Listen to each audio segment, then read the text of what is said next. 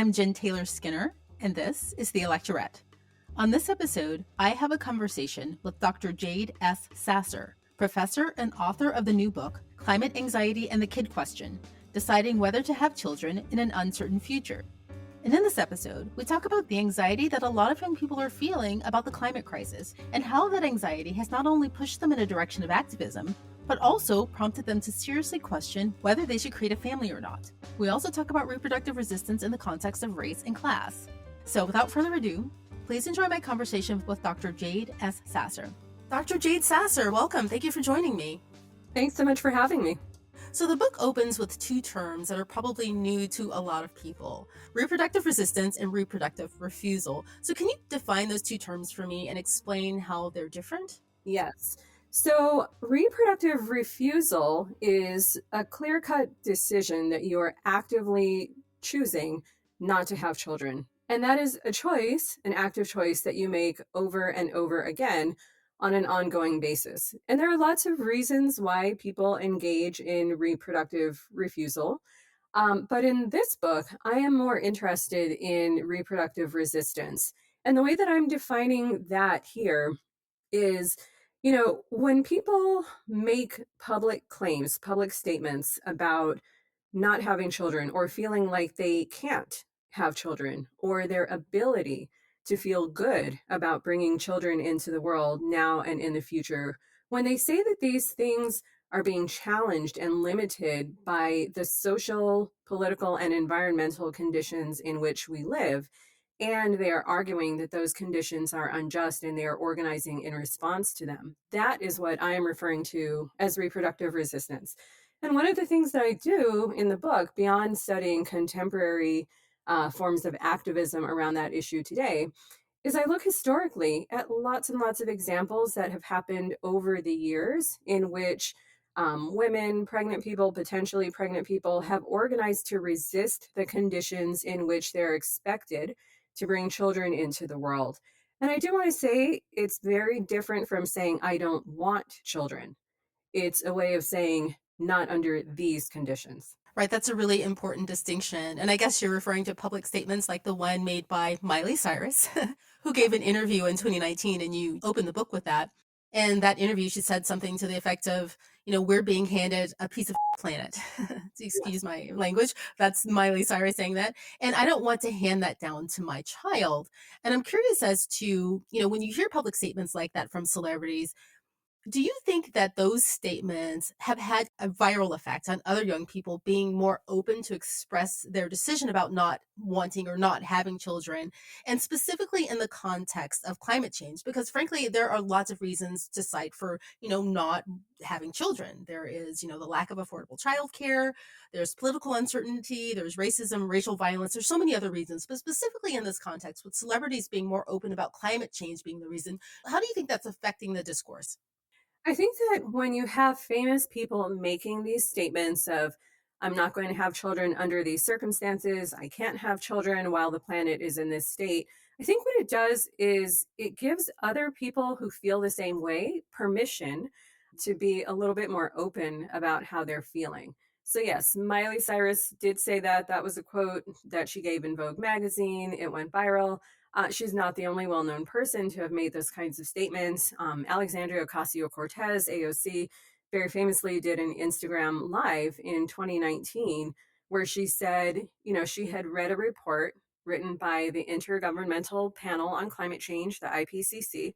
And that report in late 2018 said that basically we had 12 years to make aggressive, overarching changes in all aspects of, social, political, economic, and everyday life to get the climate crisis under control. And that if we didn't do so by 2030, we would very likely experience catastrophic changes. So in response to that report, AOC did this Instagram live where she said, the time is ticking.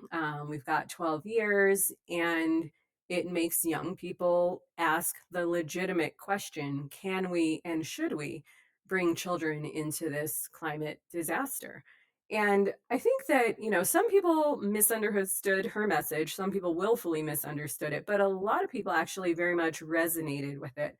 And I do think that it's really important for people to get clear that when people in the public space, the public eye, when they make those kinds of statements, what they are not saying is you shouldn't have children.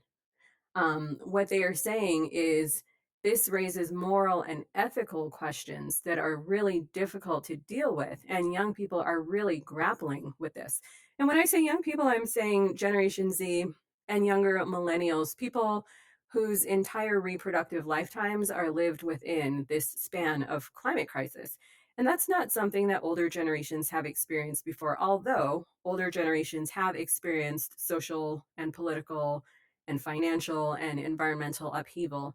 But this moment of climate crisis is different. And when people make these public stances, they're really lifting the lid on something that so many young people really deeply are grappling with. I remember that Instagram live by AOC, and but I can't remember the fallout necessarily. What did people misinterpret her as saying? There were a lot of people on the right wing, and of course, politicians who wanted to leap to critique her, who were saying AOC is telling you not to have children. And no one wants to be told not to have children, right? For any reason. I mean, I think we know from a long history that there have always been people who would love to tell people what to do with their reproductive autonomy, and to remove agency from them. And so someone like AOC would never participate in that. But, there's a much longer history to these reproductive questions. There's a long history of population control, particularly in support of environmental issues. The idea that human numbers and population growth always and automatically lead to resource scarcity, lack of sustainable development, etc. Those ideas have led a number of people to make public claims that people should stop having children, that they should have fewer children, that some people shouldn't have children at all. Those kinds of claims have linked up to a long racist history of population control in the US and abroad. And so this issue has been a political hot potato for a very long time. And anytime you make statements in public about people having children, not having children, etc., it's very easy to fall into these political battles over whether what you're actually saying is that people should or shouldn't have kids. Yeah, I want to get into that in a second, but people using this debate to, assert or suggest that certain people shouldn't have children in the context of race. We'll talk about that a bit later. But I want to go back to the idea of history and reproductive resistance because there's always been reproductive resistance. Another example you mentioned in your book is how Black enslaved women resisted having children because of the violence and torture of the life that they would be born into, right? Yes. And I hesitate to compare anything to slavery for obvious reasons. Sometimes that goes very badly for people who, have bad intentions. But in this case, I really want to tease out an important point because enslaved women knew the horrors, or enslaved parents, they knew the horrors that their children would be born into and endure because they lived it every day, right? Hmm. Yes. But with the reproductive resistance around climate change, I suspect that part of that anxiety might be due to the fact that we don't really know what's in store.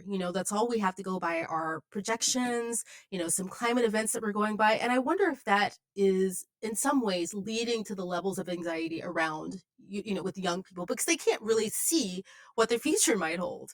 Right. Yeah, I think that there are a couple of things. I'm glad that you brought up the historical example of slavery. Nothing can compare to that in this given moment. However, people who were bringing children into the world during a period of slavery knew exactly what kind of system of racial violence and racial terror those children would experience. And they felt very strongly, some, that that was not a life that they wanted for their kids. What is interesting is that, of course, African Americans have endured political, social, and racial violence for many, many years from slavery through to today and have continued to have children. And so the thing about it is that having children is a symbolic way of creating a particular kind of future. And for African Americans in the United States, in many instances, having kids, having a family, raising a family has been a really important way of creating community, transmitting a legacy, a cultural legacy, and in some cases, really insisting we will be here in the future. Now, that is different, as you said, from reproductive resistance in the face of climate change. Reproductive resistance when it comes to climate change, so there are three sort of activist movements that have arisen to really take this issue into the forefront. One was called No Future, No Children. It was an online campaign led by an 18-year-old at the time named Emma Lim. And it was a pledge based campaign. She and some friends created it. They posted their pledge online. They asked young people who felt similarly to sign up and indicate how they felt about having children in the midst of climate change. They thought that this would be a small local campaign in Canada, which is where they were from. They were shocked when 10,000 people from around the world signed up in support of their pledge, including children as young as 11 or 12 years old. In a separate campaign called Birth Strike, that was a British campaign led by two young millennial activist women. And for them, they focused specifically on systems change. They were clear that it's political and economic systems, it's the reliance on the fossil fuel industry, that these are the things that are creating conditions in which they cannot feel comfortable bringing children into the world. And so they were particularly focused on targeting those systems and calling for change. And then the third campaign is a private campaign called Conceivable Future. It's located here in the United States, and its leaders organize private house parties for people to come together and really explore their climate emotions. And when I say climate emotions, I talk throughout the book about the increase of anxiety, depression, worry, fear, concern, grief, and in some cases, motivation, excitement, and determination, all in response to climate change. So they come together in these house parties to work with others to collectivize their emotions and then turn them into political action in resistance to fossil fuel development. And, at least for the Conceivable Future group, they were very honest that when they first started their house parties, their feelings of, climate anxiety and reproductive anxiety were born of never having experienced any kind of existential threat before, which is not something that anyone from, Black or Indigenous community could say, right? Because these are communities that have long experienced existential threat. So to an extent, these campaigns have, in a sense, grown out of young people saying, we've never experienced this before, this level of unsafety, vulnerability, marginalization, feeling like my government is not acting in my best interest and will not protect me against a big existential threat. For a lot of young people, this is brand new. But for a lot of other young people and other communities, this is not new at all. This is multi generational. So I just want to point out that difference. Yeah, that's such an excellent point. For a lot of groups, feeling this way, the anxiety, kind of geopolitical anxiety, or just generalized anxiety around the world we live in that we have little control over, it isn't new, right? Right. But also generational, right? When you think about it, and I think this is something that's important that may be missing from a lot of these conversations, is this lack of historical context, right? 50 Yeah. years ago, the air quality was terrible, and we all thought we'd die, right? I mean, but the Clean Air Act of 1970, it really helped to turn things around. But if you were to talk to people in the 70s, they thought that, we were all toast, right? Right. But since 1980, I think the ozone levels have dropped, more than 30%. That's not a thing to panic over anymore. In, 2014, before the Paris Climate Agreement, the world was on track to heat up nearly 4 degrees Celsius by the end of the century, right? But that has slowly gotten better. I think that right now by, 2100, we're on track to warm by 3 degrees Celsius. So things are getting better. And that's not a really long time between 2014 and now. So is it possible that perhaps some of these feelings are maybe premature, they lack kind of this historical context, especially in the context of science, right? Scientists maybe have a role here in explaining how things could possibly go and explaining how things have improved in the past. Well, without being alarmist, 3 degrees Celsius would be catastrophic. And the IPCC report from 2018 was really a report of two scenarios. What would happen if we stayed within 1.5 degrees Celsius, and what would happen if we exceeded it and went to 2? And it was the question of, if we exceed 1.5 and go to 2 degrees Celsius, that is where the catastrophic changes will occur. So, the thing about young people, especially Gen Z, they are very science literate and very climate literate. They are reading those IPCC reports. The leaders of all three of those activist campaigns that I just described have read those reports. And in fact, both Birth Strike and No Future, No Children started in response to that IPCC report. So, they are actually really steeped in the scientific knowledge, in the forecast reports. Of course, a forecast is not a prediction. It's not an exact prediction of what will happen in the future.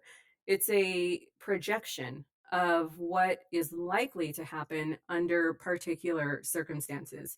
But the scientists, they know they've been making these projections for a while, and we just can't get to 3 degrees. 3 degrees is beyond unimaginable catastrophe. Um, so yeah, the young people, they're reading the science and they know it. The thing about it though is being steeped in science when it comes to climate change and when it comes to projections of the negative ecological impacts and social and environmental impacts, it's distressing. And there is research that has shown, that has demonstrated that the more one consumes that kind of scientific data, the more distressed one becomes. So it actually is going to be more important for mental health, for people who are in the climate space, who are reading a lot of scientific reports, to really take a step back from time to time and to consume other kinds of information.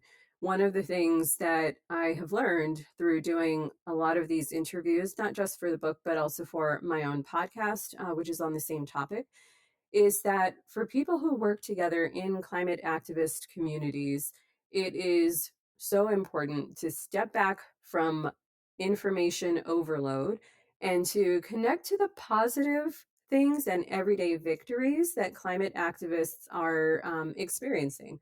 So, coming together on a new campaign, having small wins at the local level, small policy wins, let's say on a city council, or in a mayoral election, for example, getting, climate forward elected officials elected, or even wins like there's a city near me, a city called Redlands, and they now at one of their local hospitals have an intervention program to provide mental health counseling and support for young people specifically to address the mental health impacts of climate change. I count that as a win because it's a recognition that this is a real, observed, measurable outcome that young people are experiencing, and they need services and resources in response. And those services and resources are starting to be provided.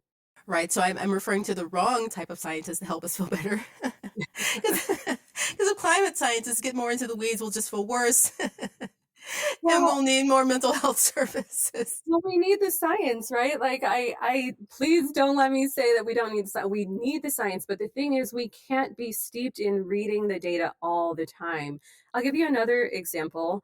I teach environmental studies classes. A lot of my, colleague friends at different universities also teach environmental studies. And one of the things that many of us have noticed is that in our classes, if all we focus on is transmitting factual data about climate change and about other environmental problems, that increases students' emotional reactions of distressing emotions. And so, one of the things that environmental educators have had to learn is that we need a new way of educating students. And a group of educators have actually come together around that issue and have created a new book that will, I think it's coming out next month. It's called The Existential Toolkit. And it is a collection of articles written by environmental educators about how they're making changes to their pedagogy, their way of thinking about and creating curricula and teaching on environmental issues to take into account emotional distress and mental health outcomes among young people. And I think it's really exciting because a lot of us environmental educators, we need a resource like that. A lot of us have been sort of grappling on our own and thinking, I would like to teach differently. I want to share the facts. I need to share the facts. It's my job to do that, but with an awareness and a concern and care for how those facts land. And the fact that this tool will now exist and there are others that are being developed like it, not just for educators, but also for parents to talk to their children in age appropriate ways about climate change and about other environmental issues. There are children's books that are being created to address climate anxiety and other emotions among children. There are more resources of this kind now than there have been at any other time, and they are growing more and more and more. And I think that that's a very good thing. You have mentioned a couple of times that, and I think we can both agree on this, that we're in a climate now where, sorry to mention climate, but we're in a climate now where people are more comfortable saying that they don't want to have children, or that they won't have children despite the reason, right? For any reason. Yeah. And I'm curious as to when, as you were interviewing people for the book, if you got the sense, and I guess it's really hard to really get into people's hearts and minds here, but if you got the sense that perhaps even though people are more comfortable saying this, it's not without pushback, right? There's still pushback for people who say, I am not having children, right? And if maybe citing something, an existential threat like climate change, makes it easier to have those conversations versus just, any reason to not have a child is legitimate. Just because you don't want them or maybe you don't like children, that's totally fine. But do you think it sometimes makes these conversations easier when people can cite something like climate change?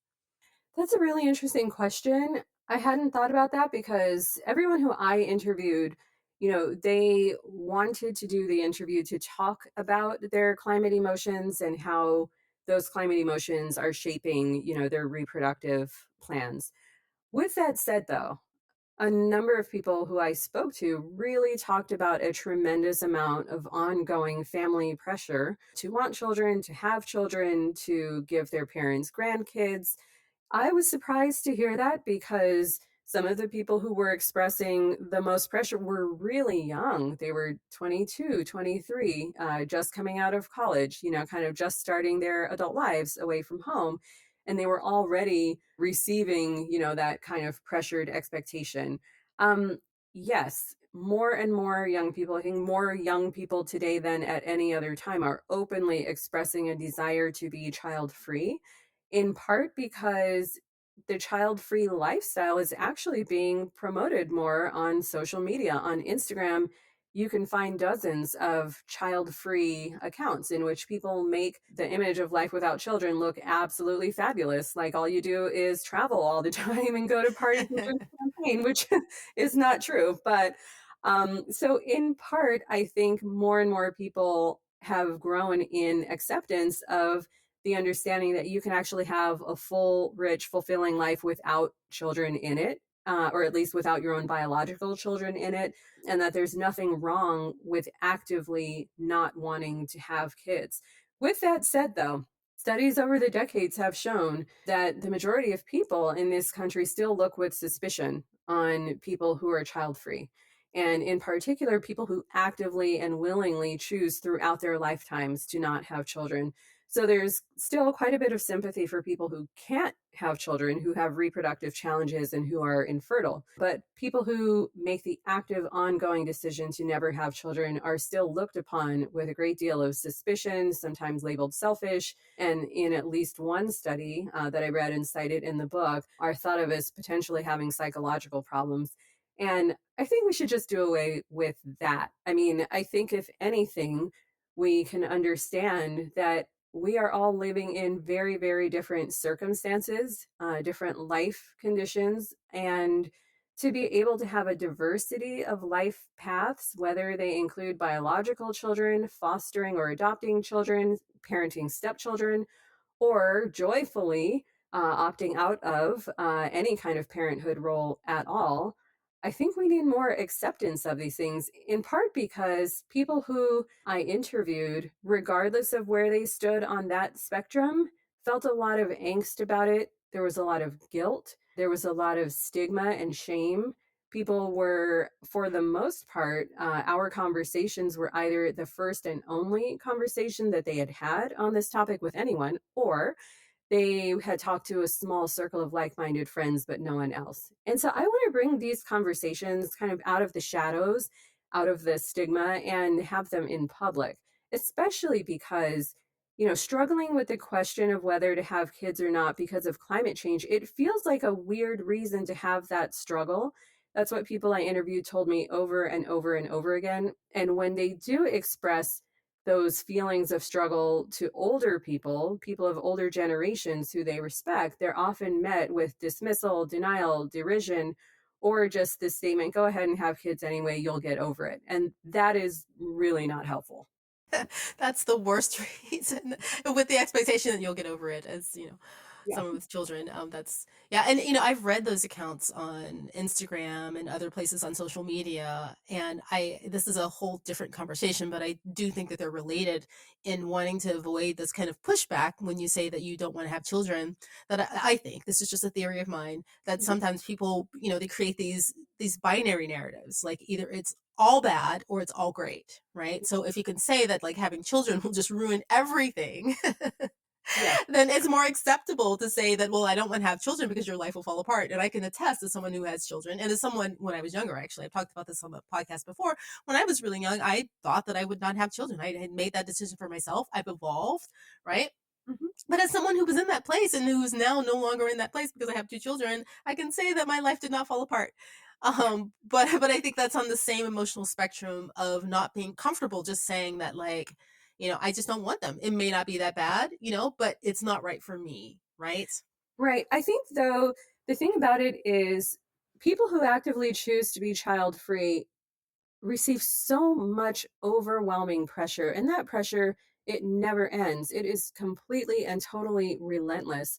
I'm in a number of online communities for child-free people. I joined those communities for research purposes, but stayed in them because I'm child-free too, and I'm, sort of curious about how people talk about being child-free. And what I find, just on a personal level, I'm not studying them at this point, is that I think a lot of the resistance and the a lot of the I never want to have kids, that kind of thing, it's in response, in reaction to the relentless pressure, to the weight of people's expectations in our families in particular, but also in friend groups and social groups, and the questions, the ongoing questions, including from strangers, about why don't you have children. It it's amazing how strangers feel very, very comfortable prying into the lives of people who remain child free. And so, for some, not all, and certainly not even the majority of people I interviewed for the book, but for some child free people, there is this very sort of defiant and active resistance to having kids, in part because the pressure from people to want them and to have them, it just feels overwhelming a lot of the time. Yes, and speaking of family, there's this really interesting conversation that you wrote about in the book with your mother, right? And you broached the subject rather gingerly, I thought, from what you recall in the book, that she may not have grandchildren, at least from you, and may not have great grandchildren. And her reaction was, both kind of funny and sad, right? I was wondering if you could just recall that conversation for me, just to set this up. Yeah, so I'm from Los Angeles. We were sitting in traffic, which is a very LA thing to do. And we were on our way somewhere to go and eat. And she asked me for about the millionth time what my book was going to be about. And anyone who writes books, our families generally don't care. I mean, it's not true that they don't care, but they probably are the least excited about our books because they sort of think, well, I'll just read it when it comes out. Right. And so, although I had told her what it was about many, many times, she would always ask again. And I would always sort of dance around it and say, well, it's about, emotions and mental health and how these things are changing and how reproductive. And she would always kind of zone out. And finally, I said, okay, how can I say this in a way that will make it really clear, that will get straight at the heart of the issue and make it real for her? Because I wanted her to understand, and I want in the book for others of her generation, boomers, to understand that these are seriously real issues in the lives of a lot of Gen Zers and millennials. These are not thought experiments. This is a real lived struggle. So I said to her, it's about why you'll very likely never have any grandkids from me and why you might not have great grandchildren. Now, my nieces are very young, very, very young. They're not thinking about whether they'll have kids someday at all. But this is a significant generational change. And so by the time they get to their reproductive years, it will at least be a conversation that they are having in a way that it wasn't when I was younger. And so for my mother, she was shocked. She could not imagine that something like climate change, which she knows to be real, but really sees as a major future event rather than a set of ongoing events and disruptions in the present, she could not fathom that that would actually change the structure of her own family. And I wanted to bring it home for her in that way because I had been struggling with how do I bring this home for older generations in the book. And one of the campaigns that I profiled, the No Future, No Children campaign, started by Emma Lim when she was 18, their goal was also to kind of disrupt how their parents, she and her friends who created the campaign, they wanted to disrupt their parents' thinking about climate change. They wanted their parents to understand what they meant when they said that this was an experience of real emotional disruption for them and that it was real in their lives. And so they thought, what's the one thing our parents want more than anything? They want grandchildren. And if we create this campaign and declare that we will not have those grandchildren until our government leaders act forcefully to address climate change, suddenly this issue will become real to that generation in a way that it seems that it currently is not. So they wanted to raise attention and awareness. They wanted to start a dialogue, and they accomplished that. But it was in part an intergenerational dialogue that they wanted to have. And the one that I had with my mother, I didn't want to upset her like that. But this is real. This is very real in a great deal of young people's lives. And I wanted her to really understand that. And she did when I put it in those terms. So there's another thing that she said in response to that. She said, but, and correct me if I'm wrong, and restating her response, but she said something to the effect that, like, Black people don't think that way, do they? Or we're not thinking about that, right? Right. Yes, she did say that. And that's a really common response too that I get from other people of color, which is that's a white thing. That's a white way of reacting that only young middle class white people who have never experienced hardship or whose communities have never been vulnerable. That's the kind of reaction that they would have. But those of us who are from communities that have been vulnerable, that have been marginalized, that have experienced not being protected by our leaders, by our government, we wouldn't respond that way. And what is, I think, most interesting is that people say that without having any kind of knowledge of whether that's true or not beyond their own experience. And that's why I wanted to do systematic research for this book to demonstrate that, in fact, this is something that impacts young people of color. And in some ways, it impacts young people of color much more than it does their white peers. But without research, we can't know that. We can't know what's happening beyond our own experiences or the experiences of other people who we know or who are telling us what they're experiencing. And so for me, this book was an important way of establishing a research base to investigate and find that, in fact, people of color are impacted by this, very much so. Well, I think we do know, and there's lots that's been written about how people of color, specifically Black people, will be impacted by climate change.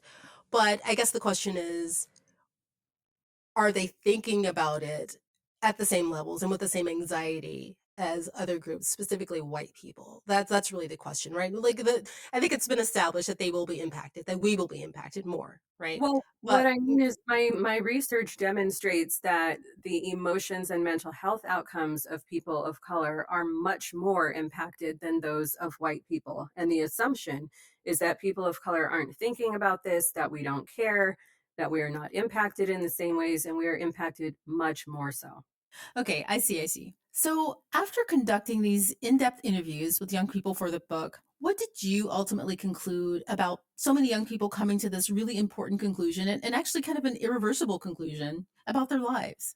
I I actually advocate for people to have the children that they want with the understanding that you can't go into it blindly, right? That climate crisis, ongoing climate problems are bad now and in some ways are inevitably going to get worse. And if you do choose to become a parent, you can't avoid the issue. However, as I said before, there are more and more resources to support parents in having those conversations, in having age appropriate conversations, increasingly in having culturally conscious or culturally appropriate conversations. And also, there are resources to support parents who are struggling with their own distressing climate emotions. And so, one of the other things that I am exploring on my podcast is that not everyone who is deeply anxious about climate change decides not to have kids.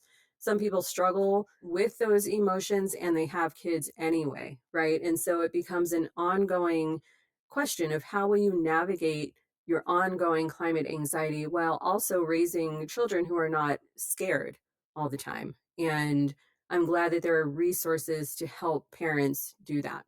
In the conclusion of your book, you talk about one emotion that you didn't write a lot about throughout the book, but was really kind of on your mind a lot, and that was love. How does love and that idea factor into your work and in this book? Well, I think one of the most interesting things that I have read is something by a mental health professional named Caroline Hickman, who does research on climate anxiety. And one of the things that she says is that we wouldn't feel, eco anxiety and eco distress if we didn't feel an underlying sense of eco empathy, right? If we didn't feel connected, caring, and loving of the earth, of our natural resources, of the earth's cycles, etc., we wouldn't be so distressed. It wouldn't feel like such a sense of loss and disruption if we didn't feel deeply connected and emotionally attached to this planet that we live on. And for me, that's a really good way of reframing and understanding that even alongside the really distressing emotions are what we think of as more positive emotions too, right? So love and care for the planet, the joy of spending time in nature or even just spending time in your own backyard, looking at a beautiful sky or a butterfly or your favorite flowers that you're planting in your yard. And those kinds of feelings, love, care, connection, joy, etc., those can be the basis of creating all sorts of community with other people, community organized around taking positive actions, organizing to resist climate change, coming together to appreciate nature, or coming together to talk through your climate emotions, which that's what climate cafes are for. And there are more and more climate cafes popping up all the time to make space for people to do that. What's the name of your podcast? My podcast is Climate Anxiety and the Kid Question. Oh, the same as the book, Climate Anxiety and the Kid Question. Yeah. Well, Dr. Jade Sasser, thank you so much for joining me. I've loved this conversation, and I actually love the book. So thank you so much for taking the time to talk to me. Thank you so much for having me, and thanks for reading the book. I really appreciate it.